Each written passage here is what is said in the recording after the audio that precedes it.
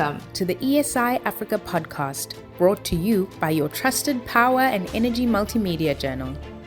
You can download this and all other episodes on esi-africa.com/podcasts.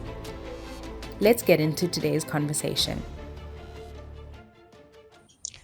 The 2025 to 2026 African Power and Energy Elites marks the 10th anniversary of this prestigious magazine that celebrates and honors the innovative projects and unique leadership across the continent. These are the people creating the unforgettable legacy that will be Africa's story in years to come. I'm Nicolette Pomba-van Zyl.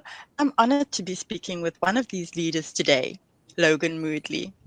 He is the CEO of Conlog and holds a Master of Business Leadership from UNISA and a Bachelor of Science in Computer Science and Physics from the University of KwaZulu-Natal. Logan, welcome to the ESI Africa Insights podcast. Thank you very much, Nicolette, for the opportunity to chat to you. So Logan, you have over 2 decades of experience in electricity and smart prepayment metering industry, and you've been with Conlog through its evolution. So let's start off by reflecting on your leadership role and what you would say has been the key personal focus as CEO over the past 12 to 18 months. Great, thanks. Having heard it from you, having spent 2 decades in it, I feel a bit old. And I think being in it for so long, every 5 years or so, there are completely different challenges to have to deal with. The last 18 months, particularly. I think what we were dealing with from an industry perspective, and certainly, here at Conlog, was a transition as we see it in the electricity smart prepayment sector altogether. A massive migration from basic prepaid meters to smart, and with that, it's brought a whole set of new challenges for our business. Driving innovation is a massive fundamental for us. And making sure that we are able to respond to that somehow internally, having the right technology to take to market, as well as how do we take it to market? What does our sales teams look like? What skills and competence do they reflect to introduce this brand new technology to market? And then I think the biggest sort of pivot in the market has been that these meters operate somewhat differently from prepaid meters. There's a bigger reliance on a connected digital service that now Conlog has to respond to. And I'd imagine other manufacturers or designers such as Conlog would have to deal with in any respect to respond to these market conditions. Right. So it's all about the technology, right? Exactly.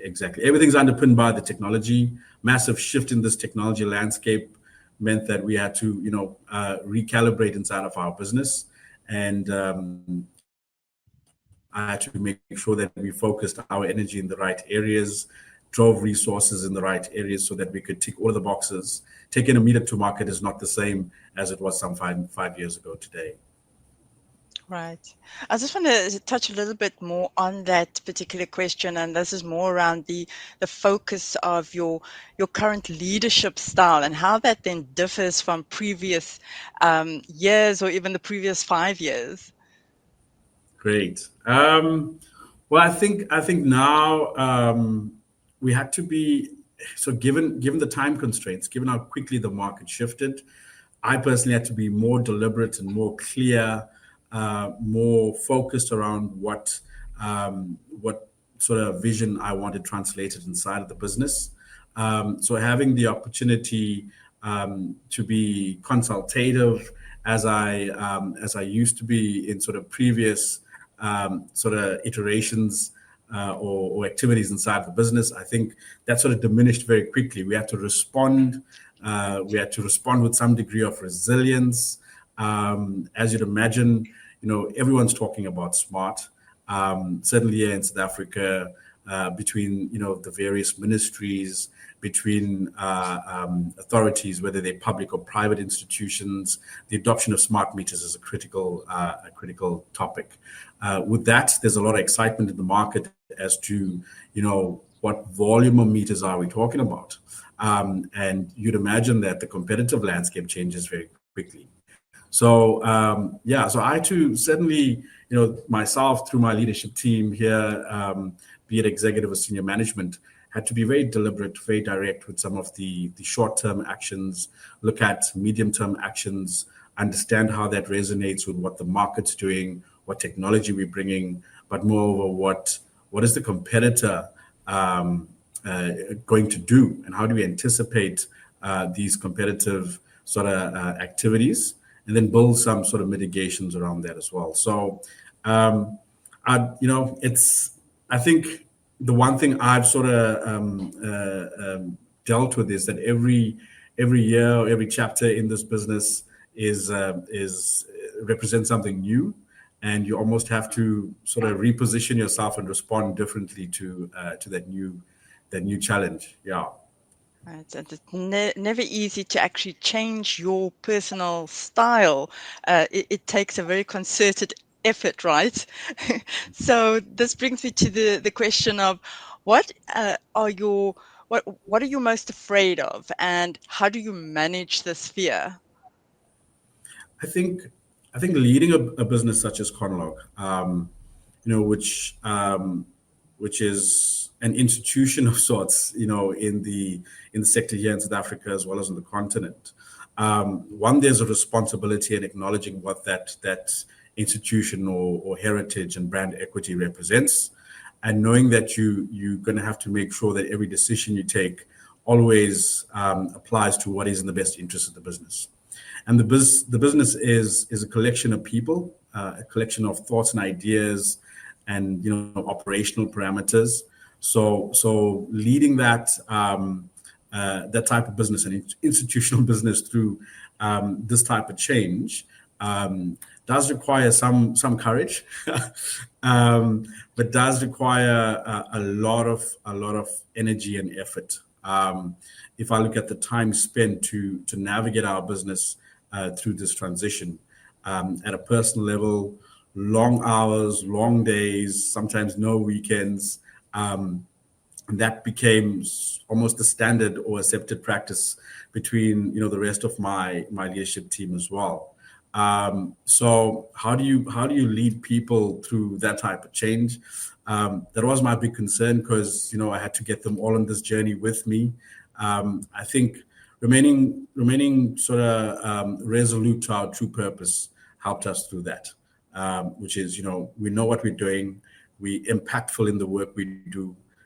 We see it translate in various forms.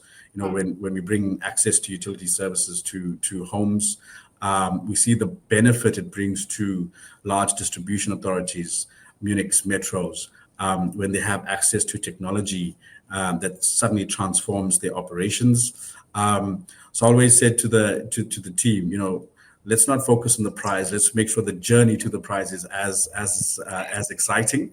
And I think we all found some type of resonance with that messaging. And today we're starting to see some significant benefits for large volume meter deployments, systems working together more seamlessly than they'd done before, improved revenue collection and service delivery capabilities through our partners as well as our clients. And that brings some comfort, brings some joy. Listen, all of the effort we put into bringing this new tech into the market, it's translating well. And I think people are excited about this journey we've started in the business today. Yes. And in your personal life, is there a particular fear that you're having to overcome?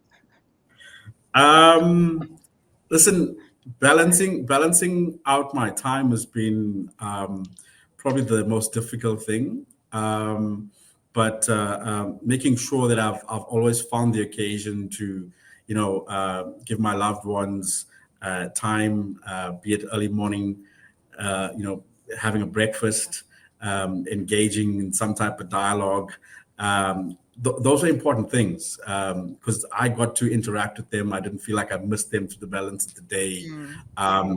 That sort of time balance equation, yes, we understood it's going to be out of kilter, but when I did have the opportunity to spend time with them, I made sure it was quality time.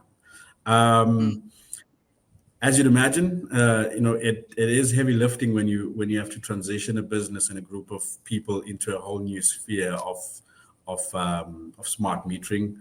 And so I think personally, making sure that I was able to reflect on all the challenges, translate what those challenges were inside of the business, articulate myself well enough so that I was, well understood or better understood by a large majority of people inside of the business.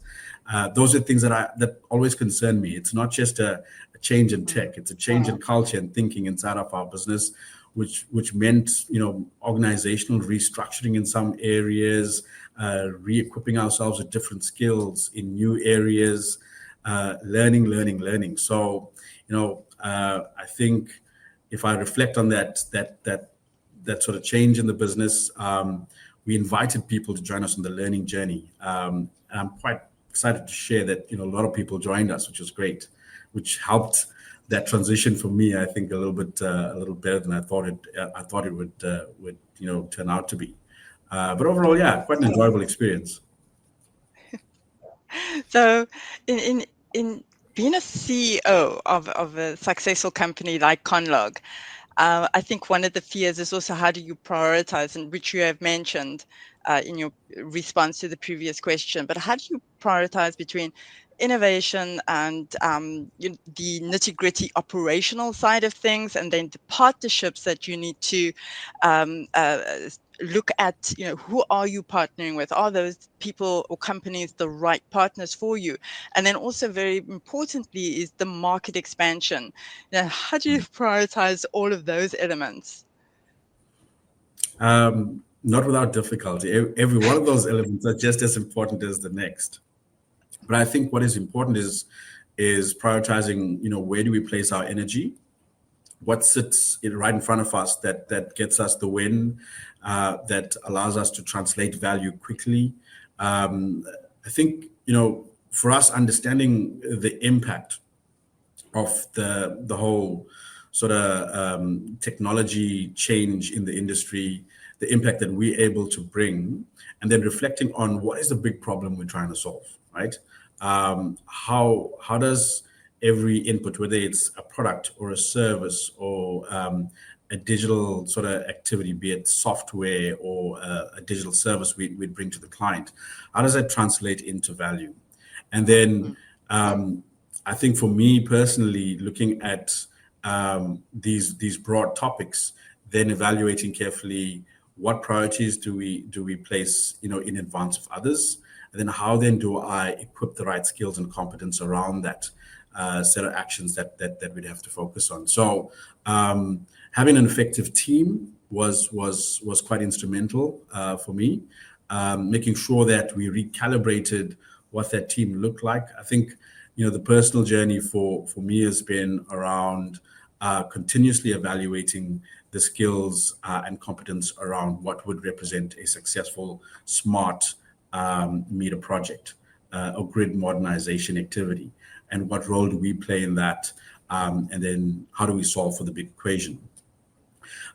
So looking around me, I had to make sure that I was able to delegate those key actions to the right individuals, and where the individuals were on a journey of learning, make sure they were sufficiently equipped with everything they needed, to become a champion or expert in this area, and then openly acknowledging inside of our business where, in some respects, partnership and collaboration is just as meaningful as designing it and building it ourselves. As you'd imagine, as a tech business largely focused on innovation and design, this required some breaking of the mold somewhat. The whole collab and sort of innovation capability, expanding outside into our partner networks. But I think looking at how that translated into value, there were some quick wins. We became a sort of we offered a broader tool set in terms of technology and digital services immediately after the adoption of meters, and much of that had come through valuable partnerships we created along the way. Right. I want to talk about a recent partnership that Conlog has signed into, and that is with Plentify. How do you envision this partnership transforming the Meter Plus platform business model, specifically for residential customers? Yeah, I mean, this was quite an exciting collaboration journey, and one that I really put my sort of resources behind, because I think what it represented for us was the next critical step in the sort of energy equation I speak about a lot, which was inviting the consumer into that equation. Largely, when we look at the energy distribution equation, it's we have a meter, and largely it's based on whatever revenue or demand management practice you want to create for the likes of a Munich or a Metro. Not necessarily understanding that the role for the consumer now has grown. They have a pivotal role to play insofar as how they manage their access to utility services through their own conscious efforts. They sometimes are able to contribute into the grid, be it through wide adoption of solar PV and the like.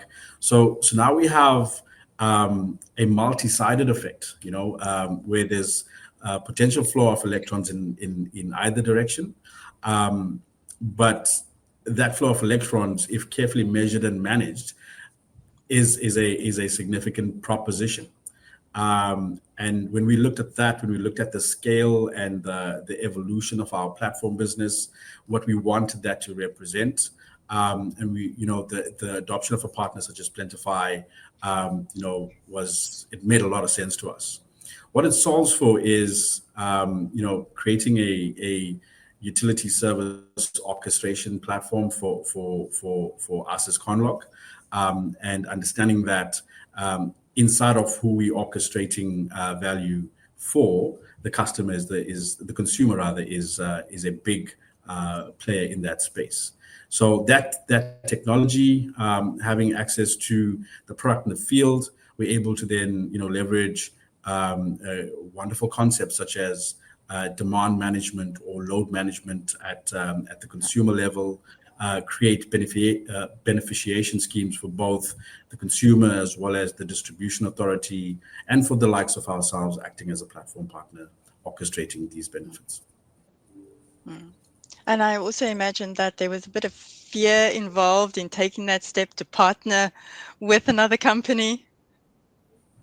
Yeah, certainly. It's again, if you look at the rich history of Conlog, a lot of our success has been born on some of our design and innovation capabilities, rather, and to have to translate into the business that we're going to look at partnering on this piece of tech as opposed to designing it ourselves. That was probably the first hurdle. But then understanding how quickly we're able to scale the platform and then build this connected nature of devices and technologies, and understanding that the larger number of devices we have control over, the larger benefit we can bring to aggregated clients such as Munich's, and then who would enjoy these benefits, right? It's all the consumers. So playing that role was important, and translating that into the various sort of disciplines inside of our business was just as important. And then I think once the message was understood, once the intention and the vision was understood, people jumped on board very quickly, and we're excited to progress that collaboration quite quickly thereafter. So Conlog has traditionally been in the electricity market. That's where your founding was, and now you are implementing the smart water metering business into that. I want to understand how this differs from the electricity market, and does this mean that Conlog now has two divisions? And what are the what are the opportunities that you see in the water sector? Yeah, certainly water and electricity don't mix. So let's be clear about that. But the problems are much the same. And the problems require, similar solutions. And that's probably been, one of the identity shifts inside of our business, where, we're not just recognizing ourselves as a electricity prepaid and smart meter manufacturer. We recognize that, we have value to play in the space that is utility services, digital utility services, and those utility services are agnostic of whether they're electricity or water.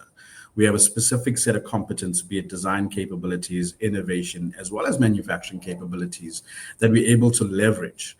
And there's a rich history in terms of metrology and electronic manufacturing capabilities that we could apply across the various technologies. So that is probably the first thing that resonated with us when we looked at the utility services challenges and largely the service delivery challenges here at home in South Africa, as well as other geographies on the continent. The second thing is what lessons have we learned in the electricity sector altogether that are unique versus what lessons have we learned that we can apply our minds to and solve for the same problems that exist in water. Demand management and profiling and user consumption, understanding what they call non-revenue water, which is largely related to theft of water or leakage in infrastructure. How do we translate and how do we measure and monitor and then advise our clients around steps they could take to support improvements in those areas. And then technology suddenly started to solve for a lot of those problems. And then we looked at the type of technology sets you'd evaluate, and there were overlaps certainly with what we're doing in electricity. Moreover, when we study the adoption of technologies, what became immediately prevalent is that in South Africa, with a large number of sort of private institutions, be it body corporates, property developers, there seems to be a trend where a lot of them are looking for, a one-stop shop or a single OEM to provide an end-to-end solution. And those weren't drawing distinct lines between electricity and water. They were suggesting that if you're a utility services OEM, can you solve for this? And so they invited us into many conversations. We started exploring what that market represented and understood that there were clear overlaps. And the last part, I guess, is how do the consumers interact with the technology? Ordinarily, what would happen is you have a user experience, whether it's through a handheld device or some type of mobile app for recharge or some type of engagement with a water meter. It was almost separate from the electricity meter. And so, that created some complexities for clients to have to deal with in the field. And so they look to us to solve some of those challenges as well. And so, we looked at it from a holistic perspective, understood the constraints in the system, understood the proposition that we could bring in terms of one, aggregating these services, being more consumer centric in designing solutions that we could take to market, and that sort of represented probably the first interest. The last part and the most important part is, water is a critical resource and becomes more and more critical as every day passes.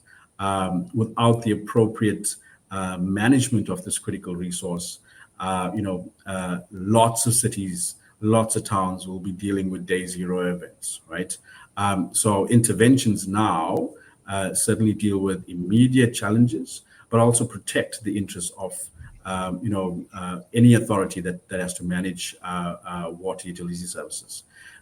So, with our rich history in managing electricity for a long time, we thought we could apply our minds and expertise in solving for this crisis as well.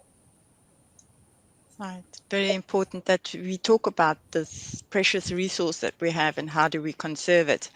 But moving on to the electricity sector, or more the power sector, with the energy transition that we are seeing happening throughout the world, how do you see companies supporting utilities in modernizing their infrastructure in order to accommodate the decentralized and renewable energy sources?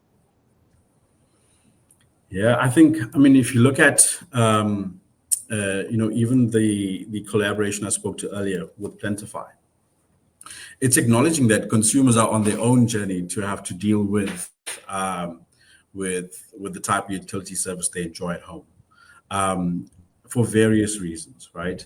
And if you look at our problem in South Africa, some of the big drivers in the last 5 or 6 years has been load shedding, has been creating some independence from the municipality and the likes of Eskom, because consumers were conscious of having access to these services when they needed them, which drove a spike in the adoption of solar PV and inverters.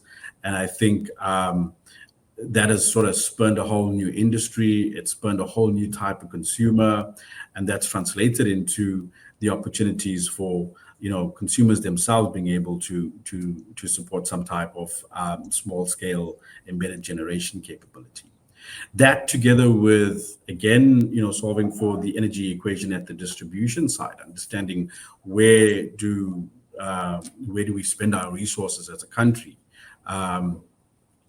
There's a large sort of part of the decision-making bodies that would understand, we're going to have the right energy mix. There's going to have to be a massive uptake of renewable projects, and I see that translating through some of the activities in the market today, which means this multi-sided ecosystem is going to be our reality, right? How do we address for that? We're going to have to make sure, one, we create a frictionless platform for both those that are able to generate electrons and those that are able to consume them. And that orchestration of this platform is largely reliant on a set of technologies, a set of systems coming together, and a set of operators that can have some type of proposition in this market. So this is the excitement we're dealing with in our sector at the moment. I think it's in our near term, very, very near term, the whole concept of decentralized or democratized energy is going to be our reality, right? And the underpinning pieces to that is exactly as I shared. You're going to have technology in place to have to create this environment. You're going to have systems and platforms in place to have to allow for the exchange of the commodity, and then that practice of the exchange is going to be monetized. So yeah, we're quite excited. We think it's going to be a wonderful sort of pivot in the industry, but one that certainly our country will grow from, and I think translates into tremendous value for the consumer. We want to be part of that consumer journey, just as we have been for the utilities all this in all the years that have gone past. Mm-hmm.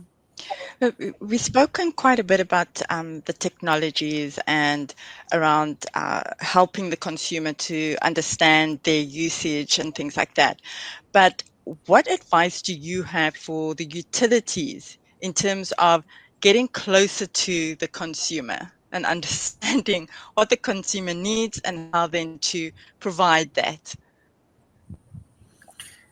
I think, I think if you look at traditional utility and consumer relationship, it's largely been on the service we provide.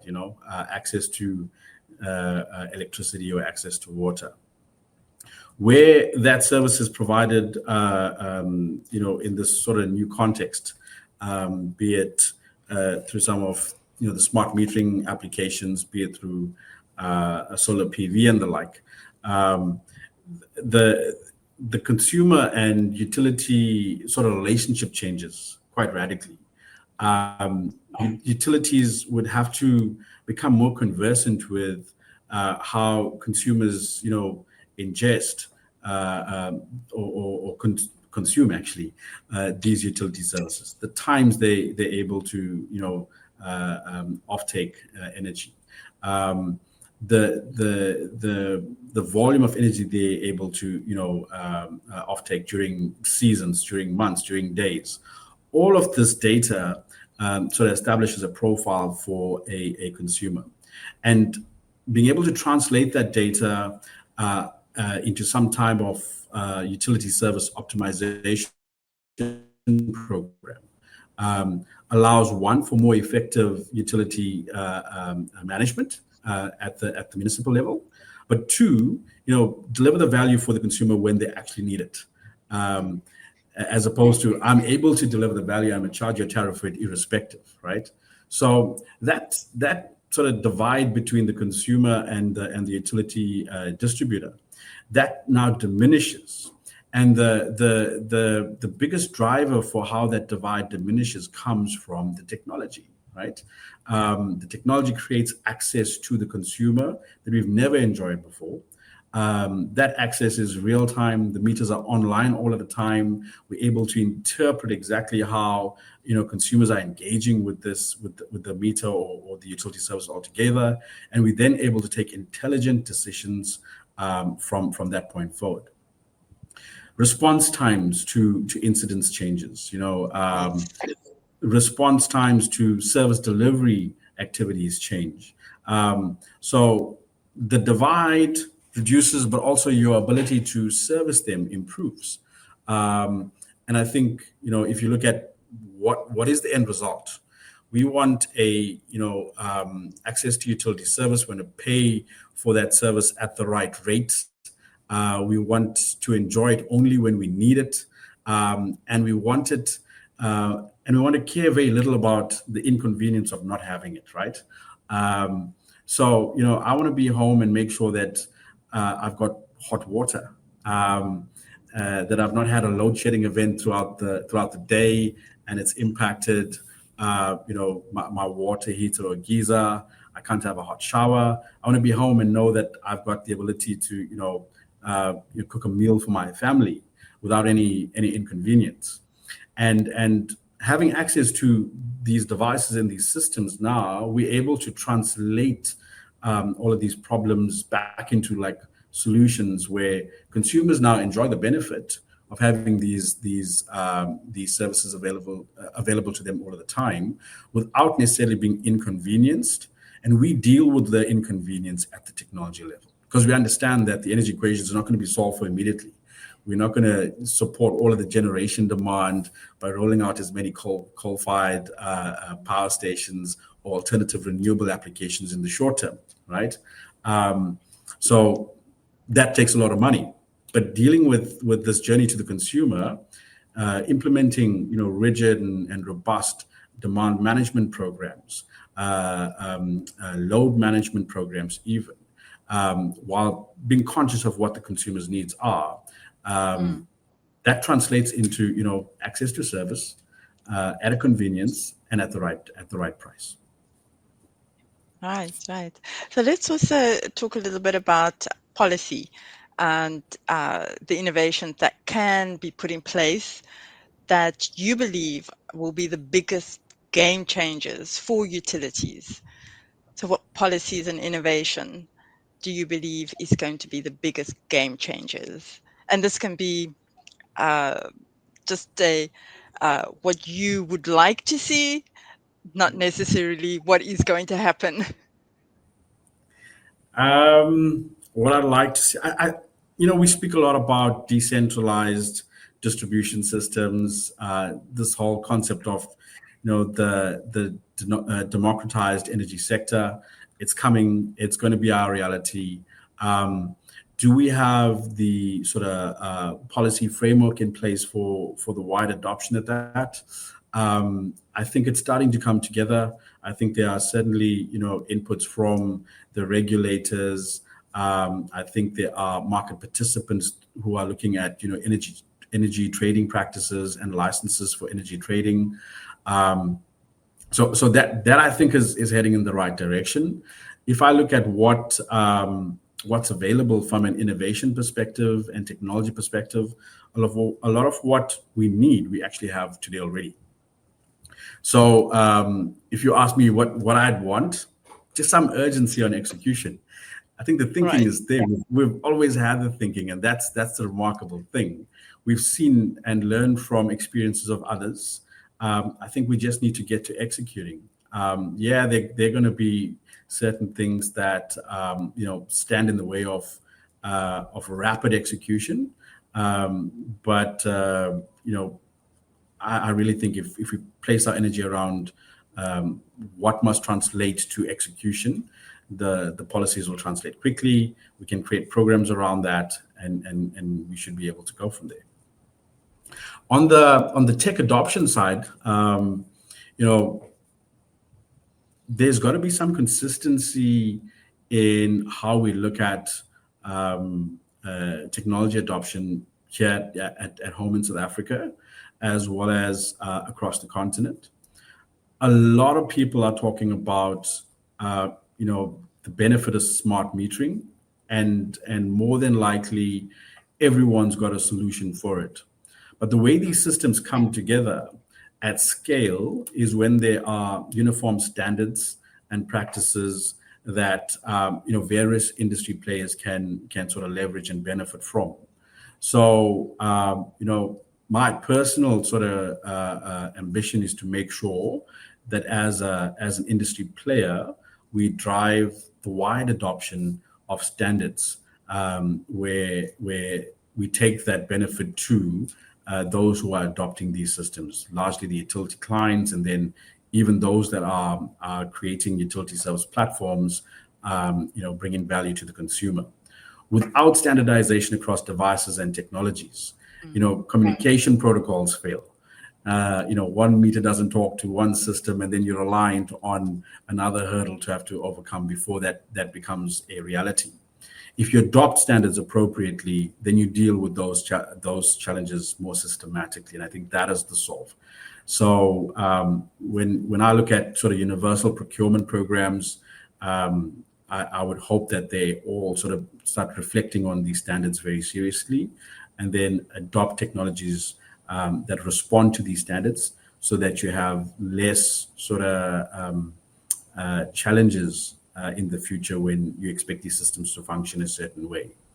Anything that's proprietary has got a very short lifespan. And what we want to ensure is when we build these solutions, they are sustainable.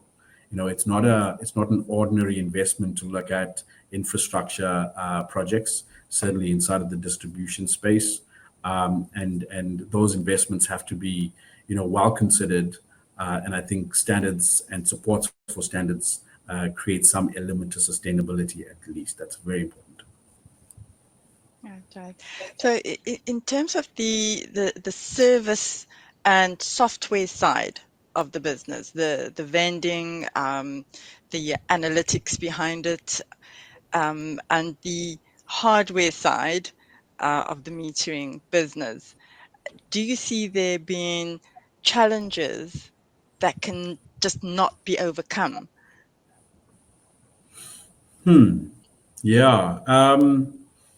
So I think, I'm always conscious of how the industry has evolved and how we respond to it as a business. So maybe I can share what we're doing inside of Conlog to deal with what we understand these challenges to be between, product as in meters or technology, the services that would support the product in the environment, and then any platform that would bring a product and service together, right? So inside of Conlog, we were very deliberate in separating out these three divisions, where our product business is focused on both electricity and water offers. Our services business is a business that looks at the wide adoption of meters in the field, And they don't necessarily have to be Conlog meters. They, as long as they are prepaid and smart meters, those are that supports the grand agenda of large scale rollout of these new smart meters, right? And then what are the sort of digital services we're able to bring value around? And largely those would focus around utility service optimization projects, right? So we take those utility service programs to our clients and make sure where they don't have the skills or the capacity, we're able to equip them with that and deliver value sooner rather than later. That's the services activity. And then platform, again, if you look at just traditionally how meters were adopted, the system that functioned around them was the vending and the revenue management. That's going to be there. Prepaid is a wonderful solve for other problems that still exist today. But smart brings in a whole new set of use cases that platforms need to be able to service, right? And the biggest beneficiary or the biggest client to platform businesses are service-oriented and solutions businesses, right? Because they're reliant on having access to meter data management systems, to some type of analytics platforms that they're able to digest information from, then be able to take proactive decisions around in response to service undertakings in the field. So there's a clear distinction amongst the three sort of business lines. There's a clear trajectory in terms of how they each evolve. Yes, they're all solving for the same sort of ecosystem, but each with its own intent and its own strategy. And Conlog is responding to that, because the market is almost determining how each must evolve. And then where platforms sort of starts to take off, it's making sure that you have access to a large number of devices, and then you have access to a large number of consumers. And then the true platform sort of meaning starts to come together, because aggregating value for consumers and devices is where I think the real proposition actually lies. And that's where we're spending a lot of effort as Conlog. Devices are great, meters are wonderful, and for as long as I'm around, I hope we're going to sell many of them to many utility clients. But really, where the rubber hits the road is making sure that these devices are able to solve problems for the utility client as well as the consumers. And what role do we play in orchestrating those interactions? That is really where we want to focus. And I think if you look at it from that perspective, you're not necessarily focused on what the challenges we experience today, right?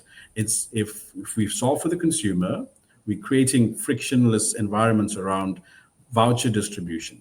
How do we reduce cost there? How do we make it as seamless as possible for anyone to purchase a voucher anywhere, at any time? That's probably one of the biggest concerns. And then for the utility, access to the meter, control of the meter at any one point in time. I mean, a simple use case would be, I suspect the meter's in Tampa, and the meter's going to come up and say, hey, I'm in the state. A certain sequence of events have translated me being in the state. Please respond. That information can be readily transmitted through the services team, or through somebody responding at the utility. And the wait is much shorter.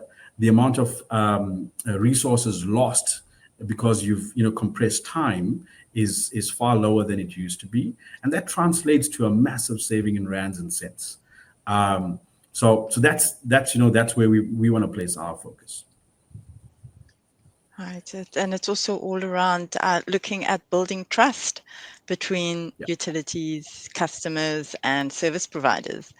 So how important is environmental sustainability to Conlog's strategic roadmap, and how are you incorporating this into your product roadmap?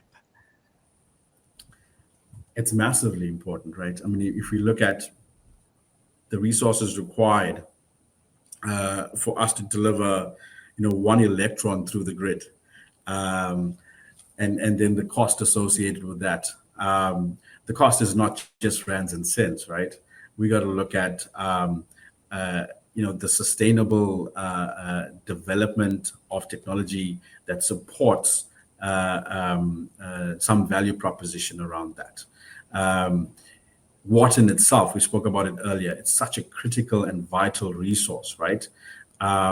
If we aren't thinking about saving all of the time, then, just solving for the rands and cents in terms of the distribution of these services is not doesn't solve for the big problem.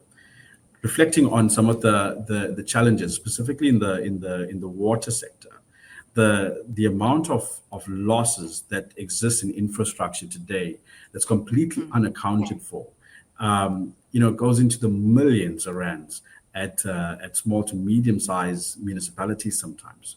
So the impetus to have to solve for that is critical, right? And I think, when we look at what we're doing insofar as our proposition, our value proposition to the client, it's not necessarily just about monetizing the distribution of the utility service and effectively managing the revenue collection around that. It's looking at what are the sort of technical losses associated with the adoption of that of the utility service in the grid, be it water, be it electricity. Those are things you can curb quite immediately, right? And where you're doing it for electricity, you're not necessarily then burning a whole bunch of coal-fired power plants to have to generate that electron, right? So there's a net saving there. Where you're doing it for water, you have a positive impact in how many kiloliters of water flows through the pipes. You're making sure that none of it is lost because you understand the value of that commodity if it is. So that's what we're doing on the tech side, and I think largely when we look at our purpose statement, we're driving around sustainability there.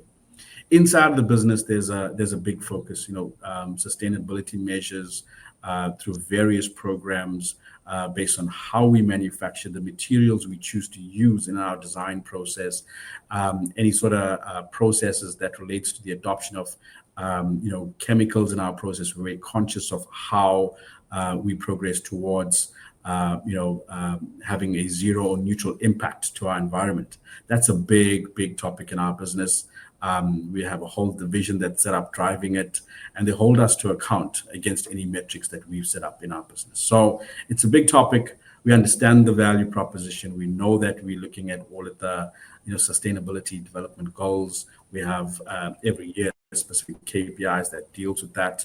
And I think it resonates not just with us in the business, but resonates with our customer base as well. The fact that we're looking at it more holistically. Right. Now, let's look at the installation of meters. Across Africa, we know that there's a huge backlog of implementing metering projects. So what do you believe are the challenges that the utilities need to overcome in order to upscale the number of meters they are installing? First challenge I think I spoke to before is arriving at a standard for the meters we want to adopt in our infrastructure, right? Once you accept a standard, it makes for easier decision making on the type of tools you'd adopt in your environment, be it software tools for meter data management, or be it tool sets you'd provide to your installation teams. So standards, I think, is probably high on my list of sort of priorities. The second would be the installation and commissioning practice for meters today vary quite considerably from practices from years before, and it's largely related to just how significantly capable these technologies are today, and how significantly they differ in features from what was available before. So the skills development and learning programs that we take to the utility client, first as an administrative and management level, so they understand, what's expected of them to manage this asset base in the future. And the second would be, how do they go out and actually install and commission these meters? Are all of my contractors completely au fait with the installation practice? So, we then look at, are there training programs and skills development programs that we could use to enable our clients and their contracting parties to benefit from? Because with the effective deployment of the asset, then you have integrity around how the asset would function, right? The second thing, which is quite important, is all of these meters are smart connected devices. And that the connection means I now become reliant on a third player, a brand new player in this ecosystem, which is the telecoms partners, right? And there's a host of, telecommunications technologies that are adopted, again, across a vast array of meters. How do I make sure that we solve for, what telecoms environments exist, what technologies I can leverage, and what makes the most sense for me as the utility, be it a distribution authority, public or private, right? Because that brings, one, a potential cost, or two, some extra sort of learning and development practice, because now I've got to learn not just about a meter, but also about what type of GSM coverage do I have? Is it 2G? Is it 3G? Is it 4G? Is it NB-IoT? Is it LoRa WAN? There's a whole host of new topics to have to deal with, right? And then I think the last part, certainly for us here at home, as well as in on the rest of the continent, is how ready is the infrastructure for the adoption of some of these meters? As a technology business, we want to be able to throw as many features into this device and product as possible. So, where if I were to compare one of our previous products in terms of configuration, there's probably a 900% improvement on just features between the most recent iteration of our smart meter and the range before that. Now that's quite vast, right? And then placed in an operating environment, it's going to perform, differently every time we deploy it differently. So what does the existing infrastructure look like? What does the existing wiring in the home or meter kiosk look like? How easily adopted is this meter in that environment? And to what extent can we leverage the full feature set? So making sure that the infrastructure is ready for the wide adoption of smart meters. And then probably the biggest inhibitor would be smart meters are not necessarily cheaper than any other form of meter, right? It's bringing a whole host of new propositions to the client. So with them being somewhat more expensive, and again, everything's relative, how do I make sure I've got a proposition to procure? How have I established a business plan that supports the sound procurement of a large volume of meters? So is there an appropriate procurement framework that allows me to deal with the problem statement at the point in time?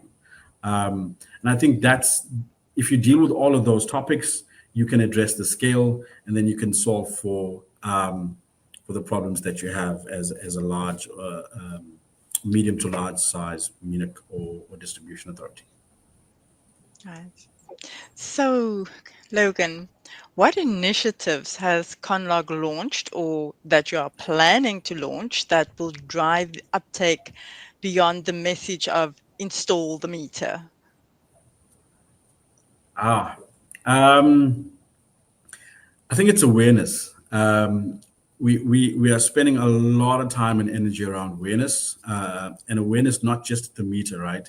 It's benefit to the consumer. What benefits do consumers have with smart meters? Because those meters go into the homes of the consumers, and if they don't understand the benefit, they're going to kick back, right? So there's a massive education program around benefit of smart metering to consumers. And there's a host of benefits there. You have control. You have access to information that you've never had before. You can then interpret that and understand how best to leverage that. That creates value for yourself. Again, if you have solar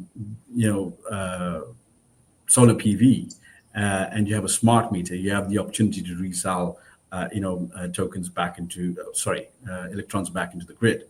All of those becomes use cases we're solving for. You then have the utility client themselves. What benefit are we creating for them? I think a lot of them see smart meters as just, it's going to solve our immediate service delivery problems. But there's so many use cases that we're able to deal with today.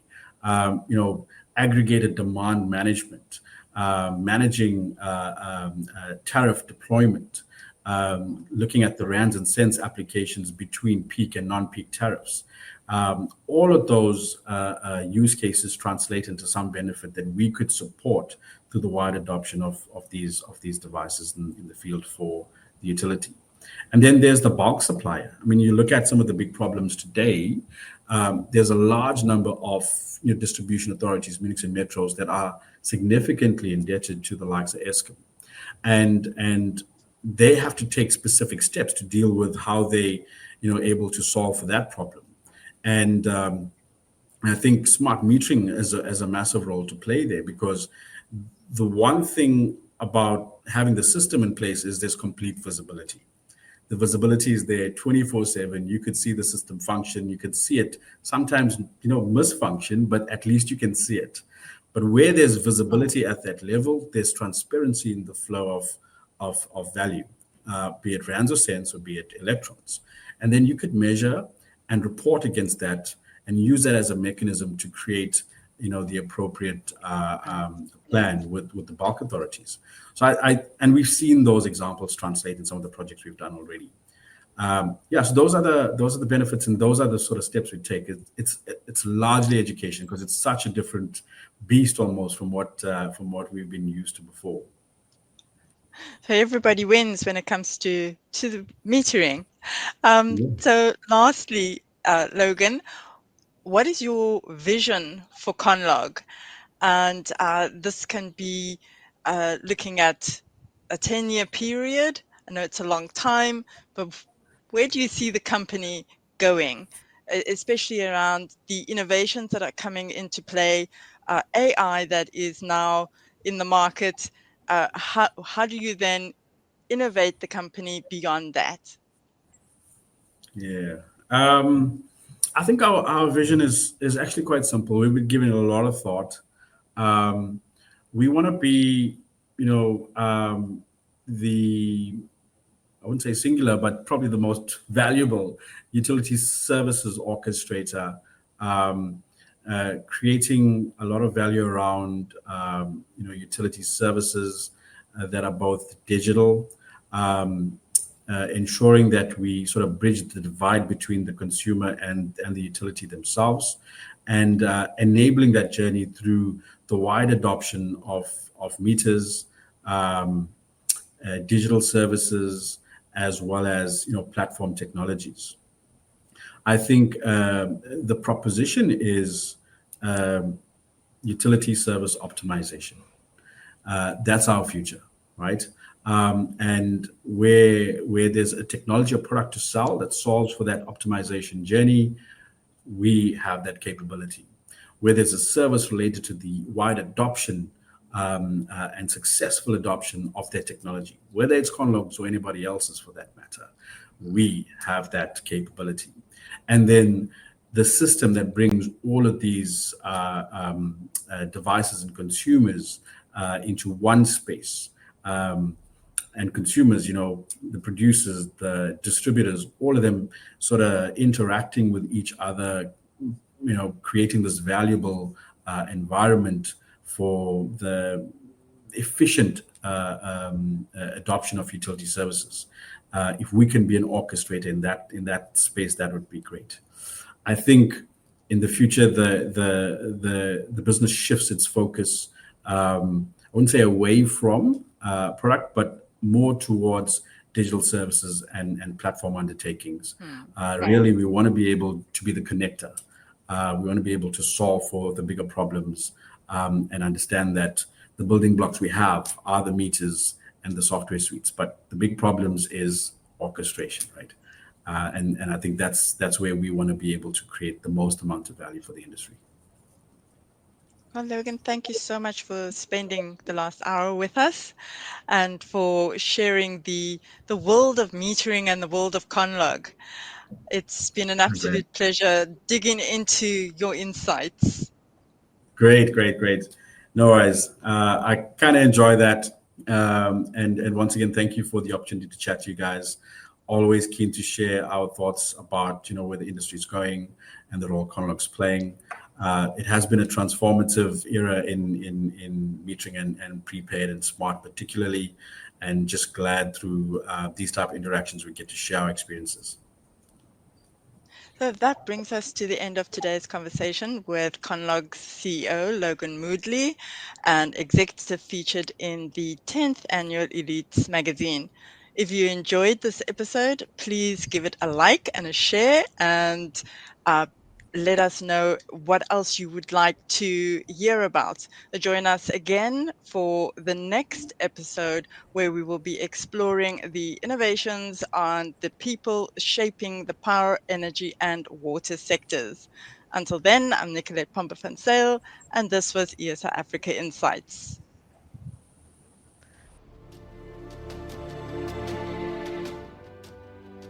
You have been listening to an ESI Africa podcast. For the latest news, reports, and interviews on power, energy, and related industries, visit the ESI Africa website on esi-africa.com or follow us on social media. Until next time, thank you for tuning in.